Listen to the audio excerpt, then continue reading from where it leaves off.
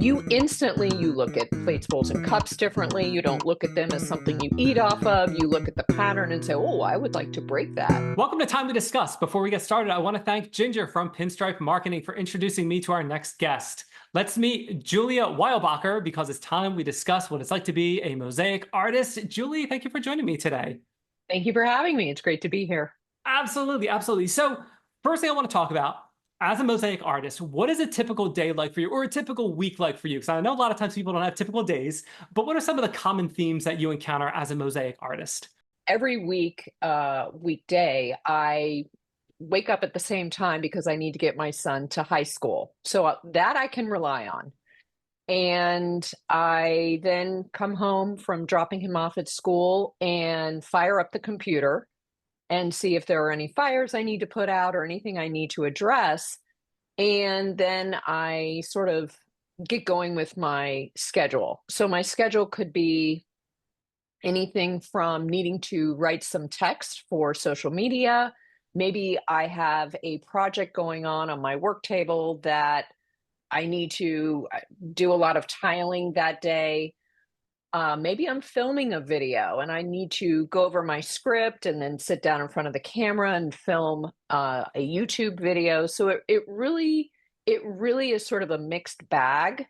And although I am a creature of habit with routine, I have definitely learned how to pivot and adjust because even if I have a planned schedule, it doesn't always go according to plan. I was speaking with Risha Walden. She is a vegan interior designer, and she also talked about putting out fires first thing in the morning. Yeah, it's just one of those things that really sets your tone for the day. Like, don't think, well, maybe there's something I should be addressing, but I'm not sure. Like, just get to it.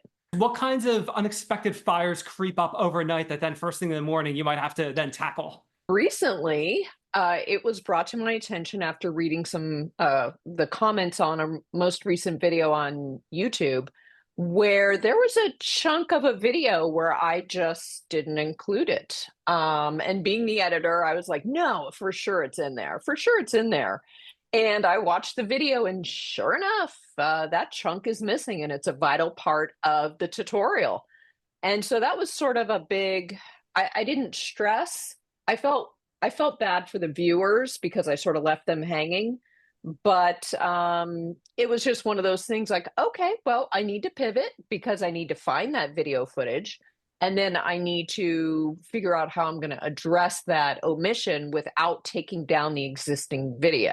So I'm curious, what did you end up doing to finally resolve that? Did you throw a card in at the top that would link to the missing video? What did you end up doing? That video just came out. So today, part of my routine will be going in and I will include a comment and I'll pin my comment with the link to part 2 of the video. And on social media today, my first task will be letting everybody know there's a part 2. Whoopsie, look what I did. And now you have all the missing parts and pieces and you can proceed with your mosaic. That is awesome. That resolution I'm is human. fantastic. So when you're working with your mosaics, what types of materials are you using? Are you using glass, stone? I don't know if pebble and stone are the same thing as far as mosaics go. What is that typically like for you? I use D, all of the above. So glass, tile, and within glass, it could be smalty, could be vitreous, could be stained glass, could be glass tile. There are so many different things under the category of glass.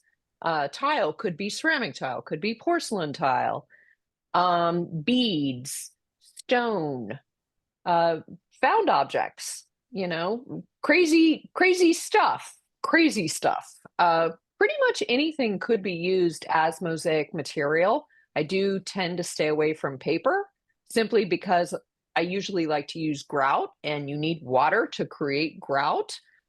So those two don't go well together, but I don't like to limit myself. So pretty much I say anything goes.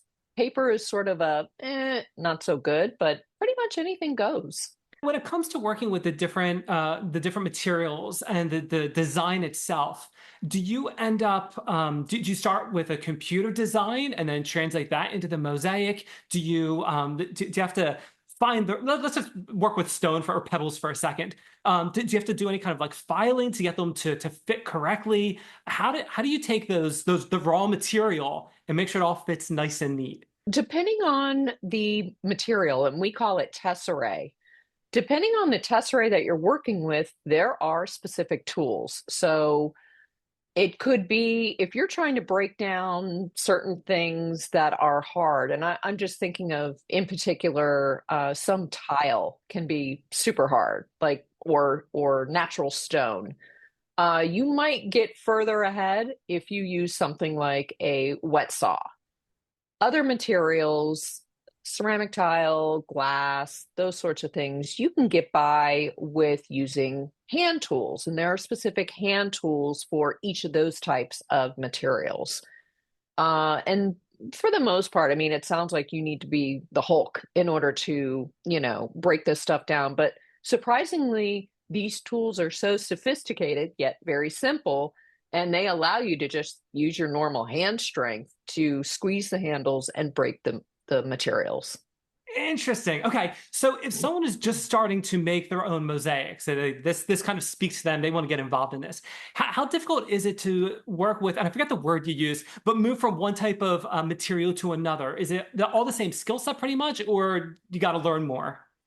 It is pretty much the same skill set. Um, you could talk to different mosaic artists who say, I exclusively work with smalty and that is it. Or some may say, I only use broken plates, bowls, and cups. And for me, I like to dabble in all of it. Sometimes I'm just in a mood where I just want to work with stained glass. That is, my vibe at the moment. And sometimes I mix it up. Sometimes I'll use ceramic tile and plates, bowls, and cups and a little bit of stained glass. And so it really sort of depends on what do I feel like working with, which is a blessing. Let's talk about when the product is done, and the outlet from there. Where does it go from there? Do you, I believe I saw you had an Etsy page, I think. I saw you have classes that you also teach. Do you do any kind of like, I'm going to call them installations for lack of better words, like installation mosaics, or is it all just you make things and then sell them? How does the financial end work for you? I do make products. Sometimes it's just something. Sometimes I have an idea in my head and I'm like, I have got to make this thing or I will go insane. So I will make a mosaic with no intention other than I've just got to get it out of my system. Other times I will have clients come to me and it could be something small like they have plates from their, family that they, either they're a little damaged or chipped and they want to break them down and they want to make ornaments for everybody in the family. Okay, so I'll do that. And sometimes people will come to me with a larger project like a kitchen backsplash or a medallion for a bathroom.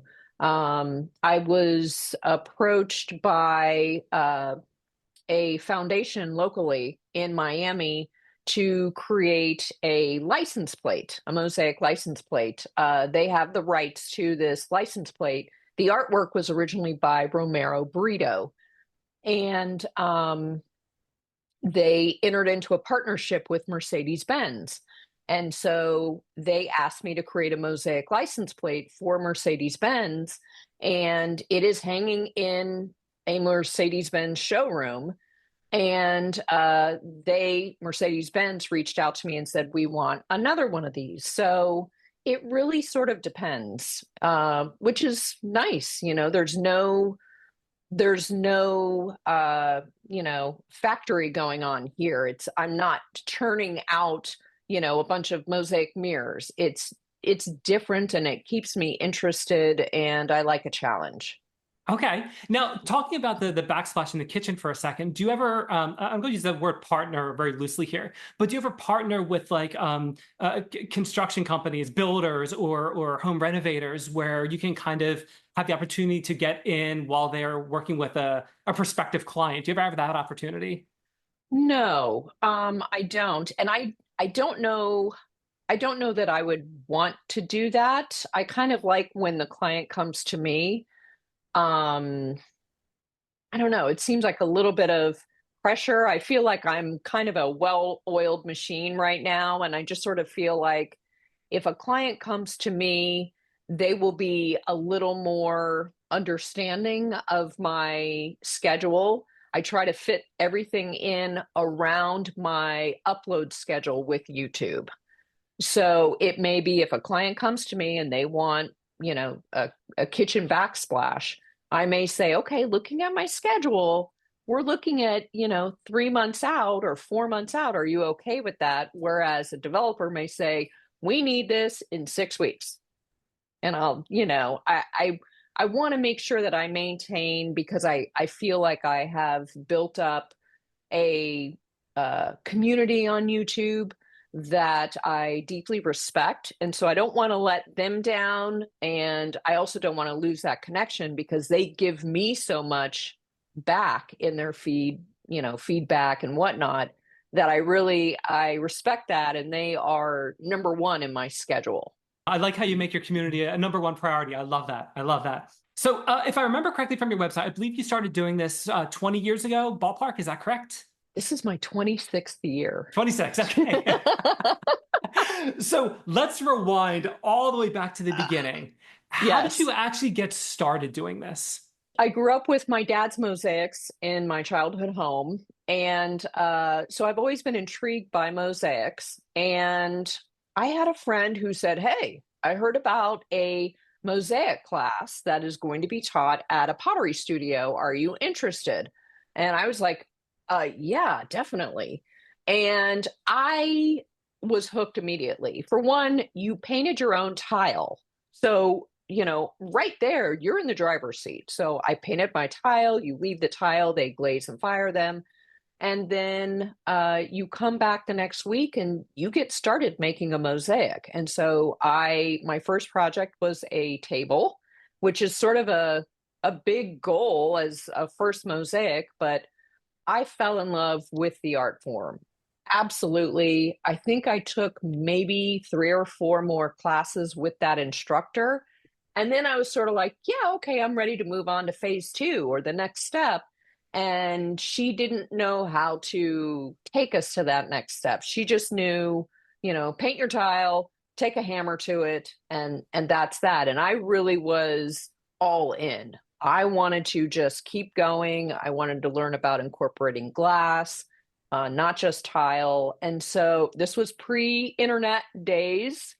So all I had to rely on were books. So, I guess I was sort of a self-taught mosaic artist in a way, made a ton of mistakes, but I like that I made a lot of mistakes because it taught me tons of lessons. And now I'm able to pass that on to my community on YouTube. So, being, in your words, kind of said self-taught, did you end up getting any formal education in design or art or anything like that, or no? No, I was always a child who was very much interested in art. I was always into something, and kind of got away from it. My parents are both very creative and artistic, but I just sort of got away from it. Just you get into school, high school, and your attention turns other places. But I just I've just always been intrigued by color combinations, uh, shapes, patterns. I can look around and my eye hits a lot of things that are very interesting to me that I could maybe incorporate into a mosaic. Okay. Now, what about the competitive nature of the mosaic industry, we'll call it? Is it very competitive? Someone wants to get in, or they're going to be fighting among a lot of other people to try to get noticed? What's that like from your perspective? I have not experienced any sort of competitive feeling in it. And I also feel like there's plenty of work out there for all of us because we are so specific to either the materials we like to use or the types of projects. Like, I don't really have a desire to make a permanent mosaic structure. If somebody were to come to me and say, hey, I want to collaborate with you, great. But it's not a project that I would die to do. Like that is my thing. It's not. So I feel like we all sort of have our thing. What is I'm going to call it a tip, one tip that you've discovered over the years creating mosaics that could be a game changer for someone that's just starting out? What would that be? Overwhelm is huge for mosaic artists because once you hear that anything could be considered mosaic materials aside from paper, you look at plates, bowls, and cups differently. You don't look at them as something you eat off of. You look at the pattern and say, oh, I would like to break that. And so I definitely overwhelm is a big, big thing. And so I always tell my students and my community to just concentrate on one thing. So if you want to start out making mosaics using tile, great. Get some tile, get the tool that you need. You don't have to buy all the tools. Get the tool you need and start there. So just decide what type of mosaic you want to make, get what you need, and get started. If you have a million ideas in your head, jot them down in a notebook. And if you want to sketch things out, great. But you don't have to buy all the things because you could easily go mosaic poor in the beginning because you want to buy all the things and you got all these ideas and then you end up getting overwhelmed. So speaking of being mosaic poor, how many different projects do you typically have going at once? We do this one for a little bit and then that one, or do you do one like from beginning to end? What's that like? If I have a deadline, I am definitely nose to the grindstone. I will get it done. I don't like for things to sort of hang over my head. But in the video that I referenced earlier in our chat here, that I bought some of the items for that. I bought them about 12 years ago. And so that has literally been on my mind now for 12 years. So I do, for the most part, I tend to start a project and finish it off unless I'm waiting to hear back from a client, or maybe I needed to order something and it didn't come in yet and I moved on to something else and we'll come back to it. But by and large, I like to start a project and finish it before I start something else. Okay, okay, that's good stuff.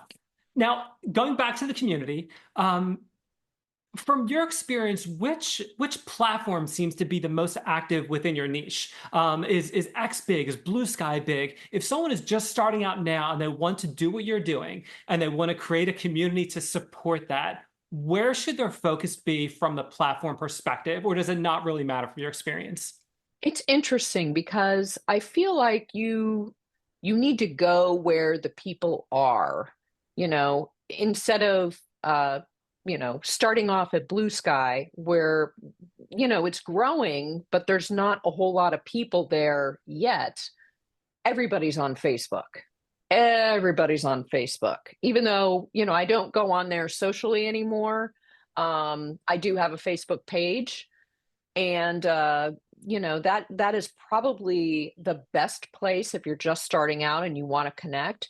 Facebook is the place.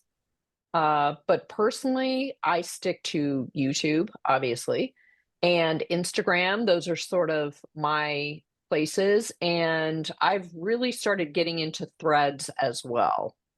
It's a warm community there. I agree. I actually really enjoy Threads. And I spoke to someone about this. I said it reminds me of the old school chat rooms almost. And Yes, yes. And it's just you could talk about, your amazing meal last night or the project you're working on or whatever. try to think of one thing, and I think I may have alluded this earlier, but something that was not necessarily a tip, but something else that was a complete game changer for you, where maybe you got exposure to a certain tool or a specific material or just a new way of doing something. Was there any like game changing experience that you had that really took your mosaics to the next level? And maybe it was discovering your or creating your community. Maybe that's support, maybe information from the community. What would have been that game Right. changer? Right. I would definitely say I have a couple of them. The first one was a particular tool, the wheeled glass nippers. It was a game changer for me. It allowed me to um, fine tune some cuts with the mosaic materials, and it was a game changer for my artwork. It really was. Another one was starting the YouTube channel. It really, you function in sort of isolation, especially as an artist. We're not on a team, we're by ourselves. And, starting that channel was a way for me to kind of pay it forward because mosaics have given me so much. And I remember when I was first starting out as a beginner, I had so many questions. And there was no internet to turn to. I had no instructors to turn to, and I had to figure it out. And so my big thing is, what can I do to shorten that learning curve for other people? Because I don't want to see this art form die. And, I want to pull in new people, regardless of the age. I want to pull in new people so that, it continues to live on. So, definitely shortening somebody's learning curve is at the forefront of my mission, I guess. That's awesome. I was speaking with Joel McKay. He is a funder in Canada, and he was echoing a very similar sentiment, where it was almost like paying it forward by taking a chance on people. So I love that idea, that whole idea of trying to help other people and trying to expedite their processes or their skills and try to get them to the next level. Absolutely love that. Absolutely. If somebody is interested, you don't want to lose them because they look at the process as overwhelming or I can't quite figure out what's going on there. I would much rather say, this is what's involved. I'm going to show you how to do it.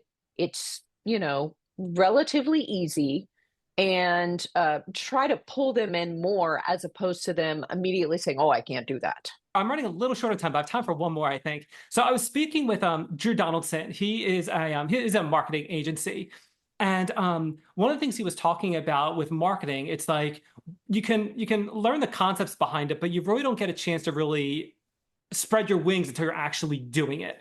So my question for you along those lines, how important is a formal education in art or design, or is it better to actually just jump in and learn it, take a class somewhere where you're actually jumping in and learning it? How important is a formal education in, say, an art degree versus just finding a place and just jumping all in? I do not have an art degree. I went to school for sports information management and marketing with a minor in criminology. I thought I was going to be a lawyer or a sports agent.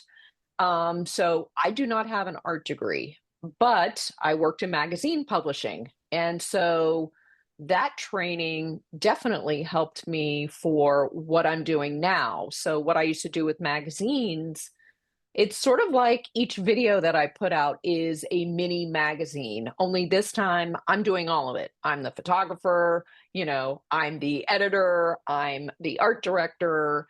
So I feel like, there are ways that you can take things that you've done previously and apply them to, your marketing initiatives, whether that's social media or reaching out to other people, with needing to be a speaker, needing to be able to put words together on paper or the computer.